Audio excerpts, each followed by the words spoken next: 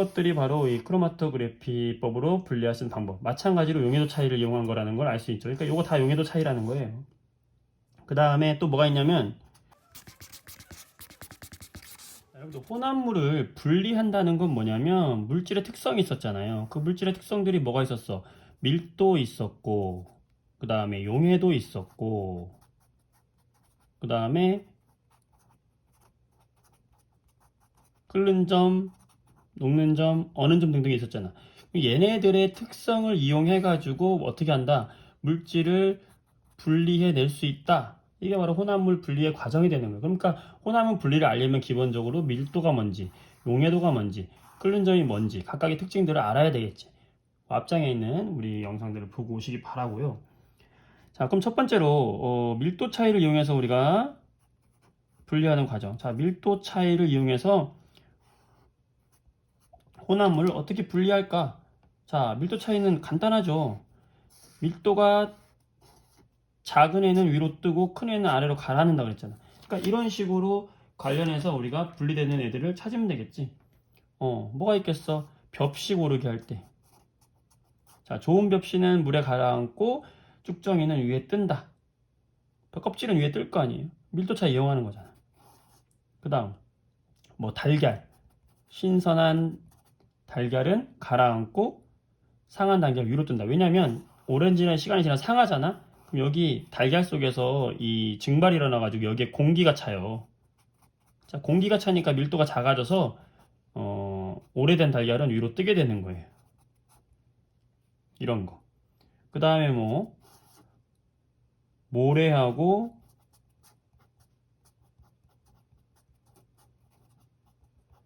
스타이로폼 두 개를 분리한다 그러면 얘는 밀도가 작으니까 위로 뜨고 모래는 물 밑에 가라앉겠지. 뭐 이런 것들. 그 다음 또 뭐가 있겠어? 예를 들면 사금 채취. 금은 물 밑에 가라앉고 이렇게 흔들흔들 하면서 하는 거. 그 다음에 바다에서 기름 유출된 거, 기름 유출 사고, 물 위에 뜨는 기름의 특징을 떠가지고 이렇게 분리하는 거. 그 다음에 우리 혈액에서 배웠지만 원심 분리기라고 있어요.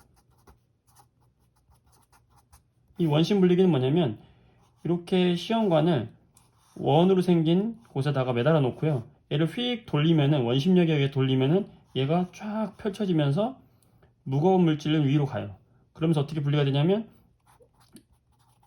밀도가 큰 혈구, 적혈구, 백혈구 등등은 위쪽, 아래쪽으로 몰리게 돼가지고 이렇게 원심 분리를 하고 나면 이게 층을 지거든. 그래서 혈구는 아래쪽에 모이고 혈장은 위에 있다. 우리 순환계에서 배웠어요. 그때 원심 분리기 이용하는 거. 이런 것들 등등등등이 바로 밀도 차이고요.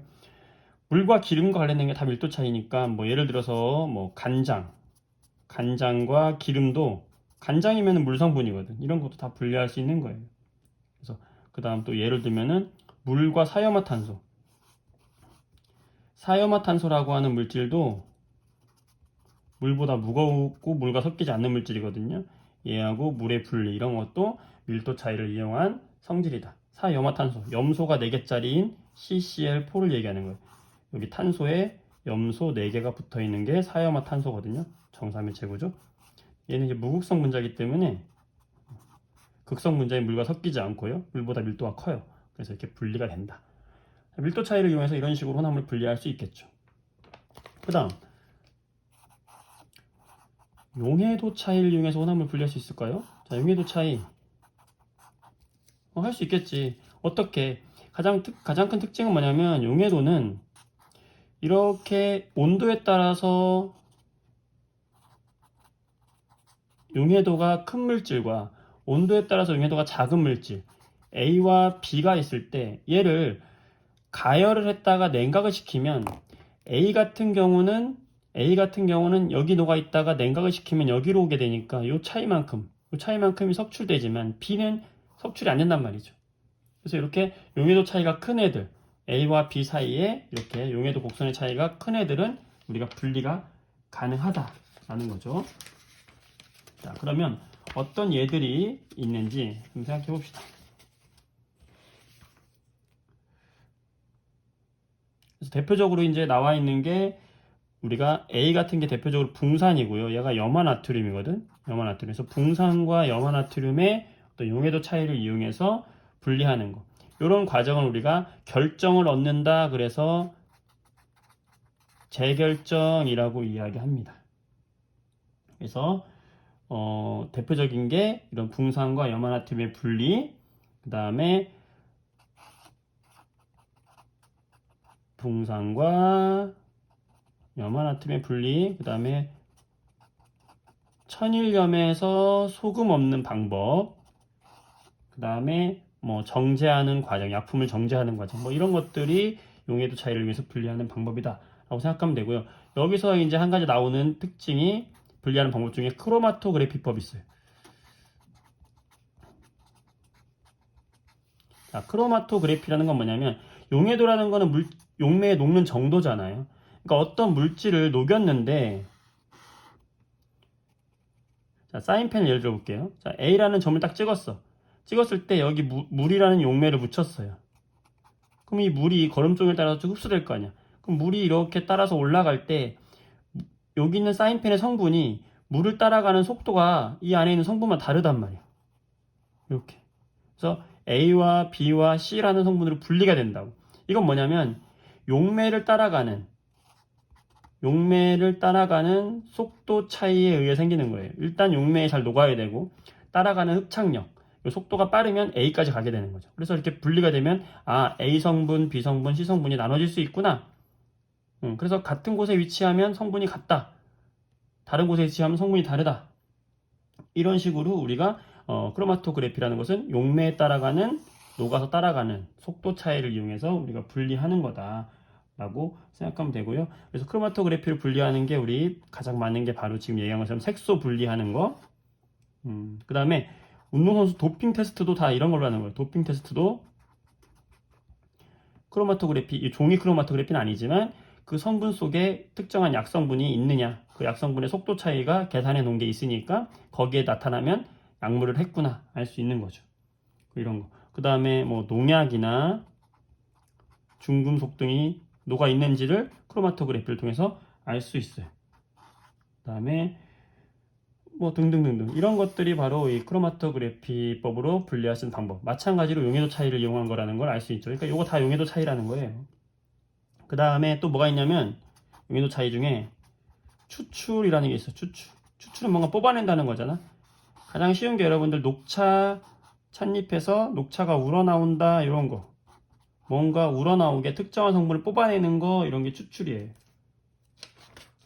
그래서 여러분들이 이 추출까지 같이 과정을 기억해 주면 되겠어요.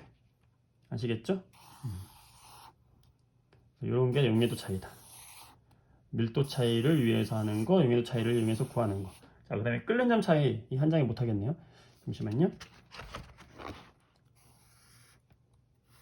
물과 에탄올이 대표적인 예인데요. 어떤 시간에 따라서 끓는 물질을 끓여본 거지. 그랬더니 물은 100도 1기압에서 100도씨에서 끓고요. 물은 100도씨에서 끓고, 에탄올은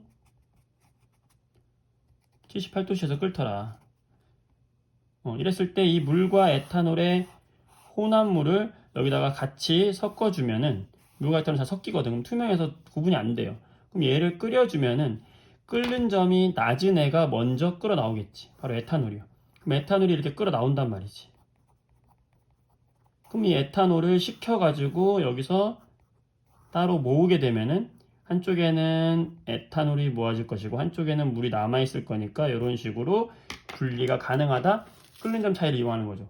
이런 비슷한 방법을 이용하는 게 우리 옛 선조들이 사용했던 방법 소주꼬리. 마찬가지로 소주꼬리는 여기다가 곡주, 막걸리 같은 이 곡주를 갖다가 탁한술, 탁주라고 하는데 탁한술을 가열하면요. 이 곡주에서 맑은 에탄올 성분이 위로 올라오게 되고요.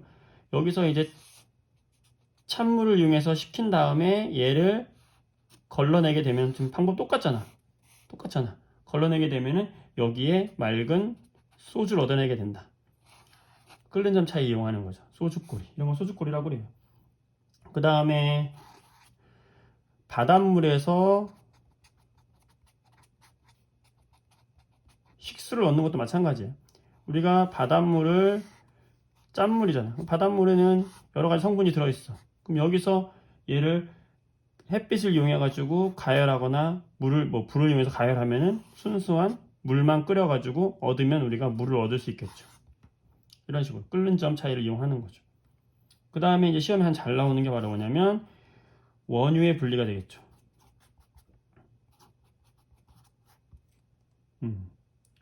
원유의 분리하는 우리가 증류를 시키는 탑이다. 그래서 우리가 증류탑이다 라고 이야기하는데, 이런 끓는 점 차이를 이용해서 분리하는 거 우리가 증류시킨다 라고 이야기하는 건데, 서로 각각 다르게 증별한다. 그래서 분별 증류라고 보통 이야기해요. 이런 분별 증류를 통해서 원유가 분리가 된다. 우리가 얻는 이 원유 성분에는 여러 가지 성분들이 포함되어 있는데, 이 중에서 여기를 가열하게 되면은 끓는 점이 가장 낮은 가스 성분, LPG라고 하는 액화 석유가스, 리퀴드 페트롤가스, 이게 LPG거든요. LPG가 끓는 점이 낮아요. 가장 낮은 애가 위에서 얻어지고, 그 다음 층층이 끓는 점 차이에 의해서 분리가 되는데, 우리가 자동차 연료로 사용하는 휘발유라든지 등유, 경유, 중유, 그 다음에 남은 찌꺼기가 뭐예요? 아스팔트. 끓는 점 이거 여기까지 다 외울 필요는 없습니다, 여러분들. 어쨌든 이렇게 나눠진다. 중요한 건 뭐냐면 위쪽에서 얻어지는 게 바로 뭐다? 이 위에서 얻어지는 게 어떤 순서다? 끓는 점이 낮은 애부터 얻어지게 된다. 이 차이예요, 이 차이. 그래서 원유뿐만 아니라 우리 공기 성분도 이렇게 분리할 수가 있거든요. 공기도 똑같아. 우리 공기의 대부분을 차지하고 있는 질소와 산소를 보게 되면 이 질소가 제일 위에서 얻어집니다. 왜냐하면 질소는 끓는 점이 마이너스 196도예요. 그 다음에 아르곤은 마이너스 186도. 그 다음에 산소는 마이너스 183도. 끓는 점 외울 필요 없습니다, 여러분들. 중요한 것은 이렇게 공기도 끓는 점 차이에 의해서 분리가 가능하다. 자, 이런 것들이 다 끓는 점을 이용한 혼합물의 분리 과정이 되겠죠. 이런 걸 이용해가지고 여러 물질이 섞여 있을 때 끓는 점 차이로 분리한다. 이게 혼합물 분리예요. 중요한 것은 혼합물을 분리하기 위해서는 물질의 특성부터 이해를 해야 된다는 거죠. 그래서 같은 단원에 묶여 있는 겁니다. 아시겠죠? 수고했어요.